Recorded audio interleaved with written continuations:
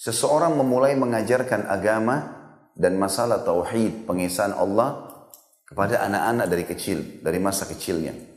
Ibnu Abbas masih kecil. Banyak orang tua tidak mau mengajarkan anak-anaknya dari kecil masalah agama. Dianggap nanti aja, gampang. Nggak usah pakai jilbab dulu, nggak usah belajar agama, nanti gampang. Nanti gampang panggilin guru kursus, panggilin misalnya siapa guru ngaji, atau nanti buat pengajian. Seakan-akan agama bukan hal yang penting. Ini keliru. Karena agama itu pondasi hidup, kewajiban, bukan pilihan. Silakan kita beraktivitas yang sifatnya untuk duniawi, tapi jangan lupa ini masalah agama. Agama ini harus wajib. Kalau Bapak Ibu tidak hadir di pengajian seperti ini, itu orang seperti orang kering, nggak ada sesuatu. Ilmu itu dan iman membasahi tubuh kita seperti orang yang baru habis mandi segar. Karena yang sedang diberikan makanan sekarang adalah jiwa kita. Walaupun fisik kita sehat, kalau jiwa kita sakit, percuma. Orang kalau jiwanya malah sehat, walaupun fisiknya biasa, dia bisa sabar kalau punya kekurangan, dia bisa sabar kalau dia punya penyakit. Karena jiwanya kuat.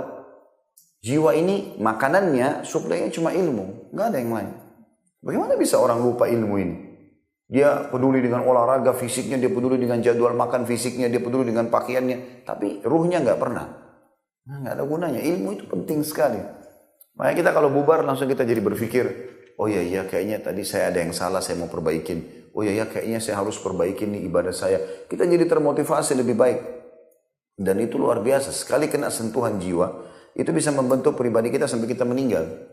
Bisa jadi baik. Gitu kan? Maka jangan disia-siakan itu. Mulai dari kecil, biasakan berbicara pada anak-anak. Gak boleh nak, Allah larang. Jangan bilang ibu larang atau ayah larang. Coba ubah bahasa itu. Saya terapkan ke anak-anak saya. Nggak boleh. Allah larang. Selalu begitu. Dari kecil. Mereka sudah terbiasa lisannya itu. Jadi kalau adiknya berbuat salah, kakaknya bilang walaupun masih 4-5 tahun, nggak boleh. Allah larang. Gitu. Walaupun memang saya yang sampaikan. Tapi kita hubungkan dia dengan pencipta. Supaya dia dari kecil sudah merasa terawasi. Ya. Itu penting sekali. Dan anak-anak itu masih seperti lembaran putih yang bersih. Kita isi apa saja bisa. Kalau kita isi keliru semua nih. Ya.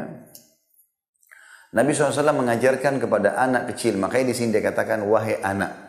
Karena dianggap masih kecil sekali dibandingkan Nabi SAW. Nabi itu umurnya sudah di atas 50 tahun. Ya. Karena Nabi SAW waktu hijrah ke Madinah 53 tahun umur beliau.